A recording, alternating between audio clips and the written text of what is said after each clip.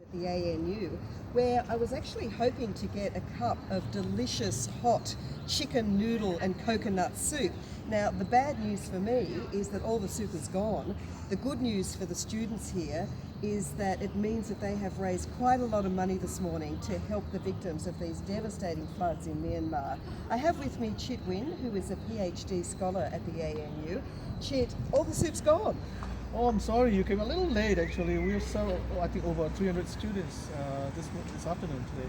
It's really good that so many people have come to support you, because the little soup stall here was going to be running till 1:30, but you sold out early, which means you are getting a lot of support.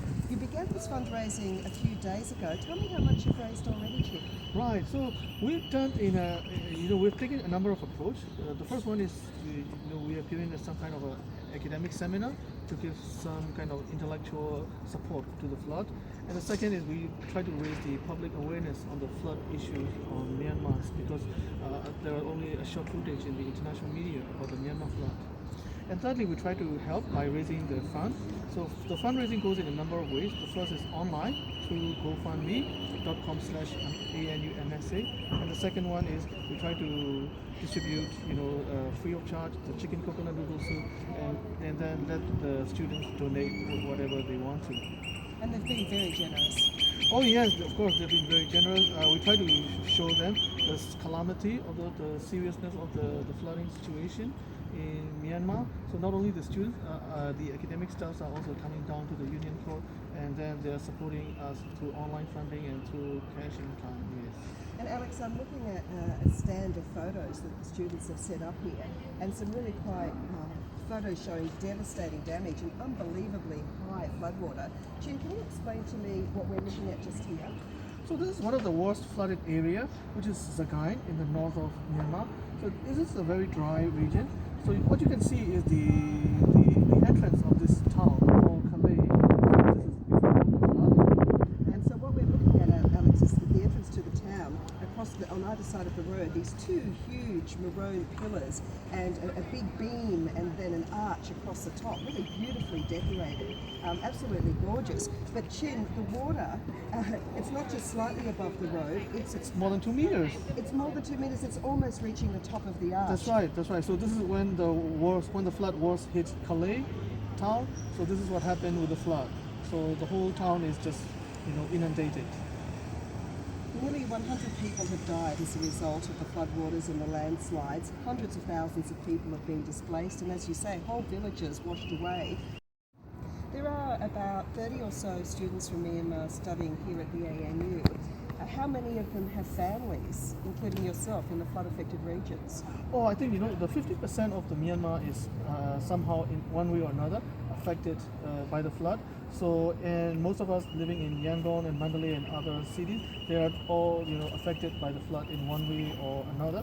But one of the worst things is that, some of our PhD colleagues who just returned from the field work, doing some of the, field work research in the villages, those villages just, inundated by water and wiped out by the water. So it becomes very, emotional for the hurt to the PhD students at the ANU. Are you disappointed that this disaster, this natural disaster, is not getting as much coverage as perhaps it should in the international media? Look, this flood is a natural disaster since 2008, the worst disaster. So in 2008, we had a cyclone Nargis, which killed hundreds of thousands of people. But this one is, even though the casualty is about just 100, but the scale of the flood, the size of the flood is half the country. So which is, in any of the conflict or natural disaster, it's only isolated, but this one is a 50% of the country. So, I wish, media could have more attention on this issue. And this is a country that's struggling on so many fronts already. It's not a rich country. Well, it's a rich country in terms of natural resources and the cultural heritage, but unfortunately not in terms of financial and economic. Yes, and we've been suffering through, and we've been facing, struggling from the political side for the last year, and currently we're doing our transition. So this kind of disaster can definitely affect the transition in one way or another. And bear in mind that we have an upcoming election in November. Well, Alex, Jim did say at the start how people have support. donation here at the ANU. However, there is an online site where people can donate, and where will the money go?